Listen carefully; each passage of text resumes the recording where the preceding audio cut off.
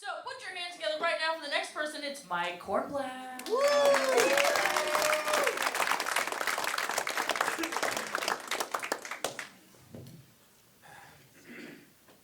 Yeah, thanks so much. My wife and I have been together for 7 years. Yeah, we have 2 beautiful kids together. She's the funniest person I know. If you comics don't like that, think how I feel. And in 2023, she became a doctor. Can we give it up for my wife? My wife is the only person who has ever pooped in my car. And she says that it's my fault, and she says that because it's my fault. So we were driving back from Michigan. We had our 2 kids in the car, and both of us had a lot of caffeine and a lot of oatmeal. And so we pulled over in the middle of nowhere. We found an Arby's in the middle of a cornfield. They have the meats, and together we had the sheets. And so we pull up to this Arby's, and my wife is just this is the angel that she is. You know, she looks at me, and it's like a war movie. She's like, "You go. I'll be okay here." I'm like, "Are you sure?" And she just puts one finger on my lips. She's like, "Go. I'll be fine." She was like my Jack in the Titanic, you know? She went down for me. That's not a sex joke. Both of us had to poop way too bad. And so I went first. I left the car and I went around the parking lot because the door was on the other side and she couldn't see where I was. And so from her perspective, all she knew is that I took 45 minutes to take the most leisurely and least considerate bowel movement of our marriage. But that's not how it happened. So, you know, what happened was I went around the other side and I saw that Arby's wasn't open yet. Because some moron in corporate Arby's land decided that people should not eat that garbage for breakfast. And so I see a guy in there and he's mopping, and I'm like giving him that silent face, like, "Please let me in." And he just taps his wristwatch and he's like, "You know, it's not time yet." And I'm like, "I know, but please, you know, I don't know how to mime. I gotta poop real bad." And then he gets mad and he continues to mop, but like he's mopping at me. Like he mopped at me. He's just mopping at me. I'm like, "What are you mopping? What is so important that you mop? Is there like an underground fight club in the Arby's? Like, what is going on?" And so I'm just pacing back and forth, and finally he lets me in, and I go over towards the bathroom area. The floor's still wet, so I'm just kind of like skidding along, just like ever so carefully. I know that if I fall down, like it's gonna be game over.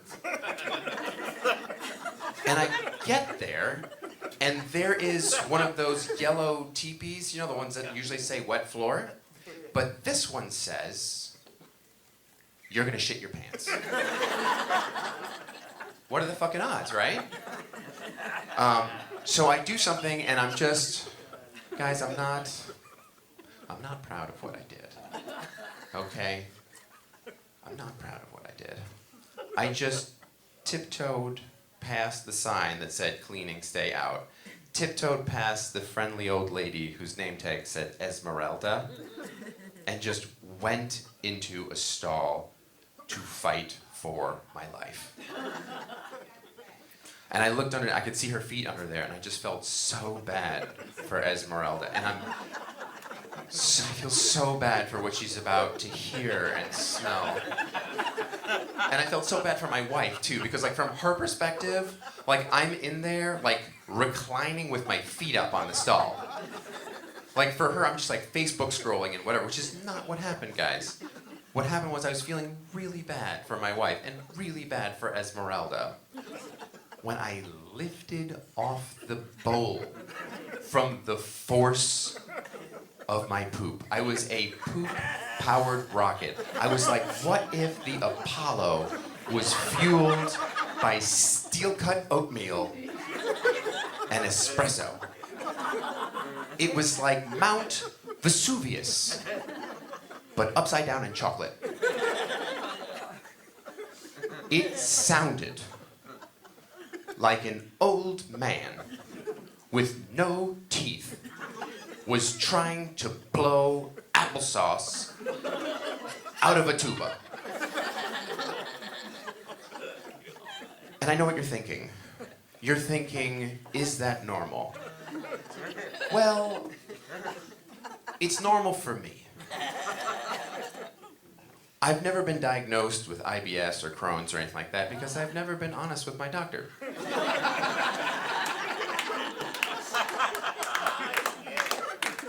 I'm a middle-aged Jewish guy married to a Malaysian woman. All of that coconut curry has to go somewhere.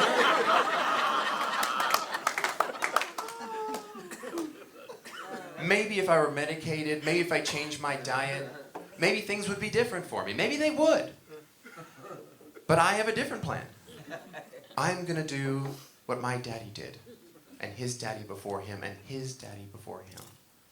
I'm just gonna diarrhea every day until I die. And that's what I was doing when I discovered there was only single-ply toilet paper in this bathroom. And I think we all know what single-ply toilet paper really is. It's a lie. It is a lie that we tell ourselves because we can't face the truth. The truth is, we're wiping with our bare hands. It's like the sneeze guard at the Golden Corral. If you're there, you're getting COVID. We know that. It's one of those perfunctory things that we do even though we know it doesn't work. Like voting. Or condoms.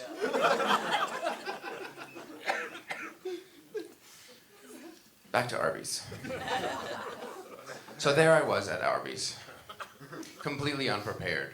At home, I'm fully prepared. I've got Charmin Ultra, and I have a bidet in every bathroom. My wife buys the bidets for me. She buys one bidet per year. We dollar cost average it. That's just the smartest financial decision. She calls them my birth bidets.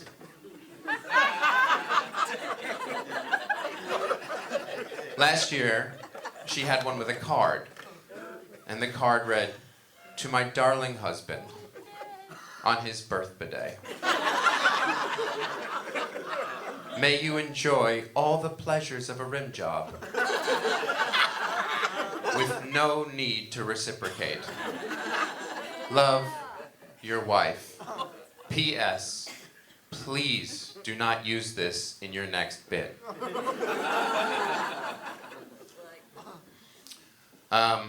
I'm just kidding. The present was I get to use it in my next bit.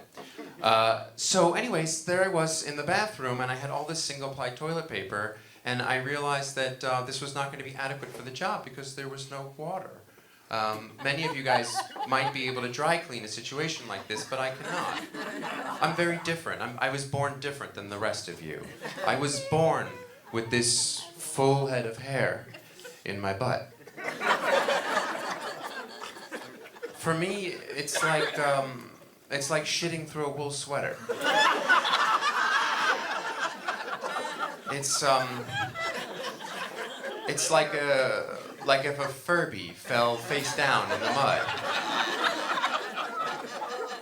Some of you are probably too young for that. It's like a Labubu covered in shit that lives in my ass. So I had to crab walk out of the toilet in front of Esmeralda to get some water to bring back to finish the job. And I sprinted back out. I felt so bad.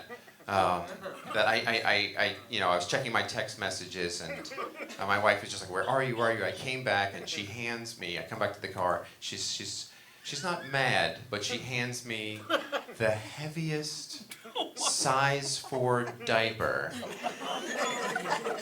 that I've ever picked up in my. It was shockingly heavy. I mean, we have an almost 2-year-old, and I'm just thinking, this kid can crap. It was so heavy. It was like, when you go to lift up a jug of milk that you think is empty, but it's completely full. It weighed the same as that jug of milk. And my wife said, I did what I had to do.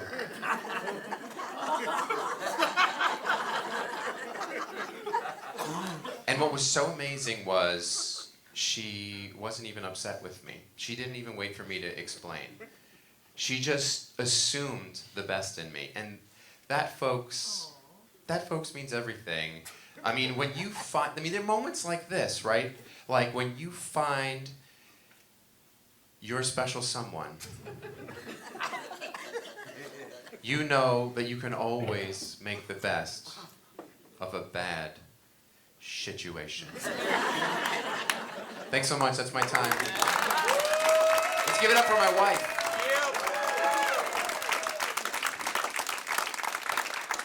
That was Mike Kornblatt, everybody. What an intimate story.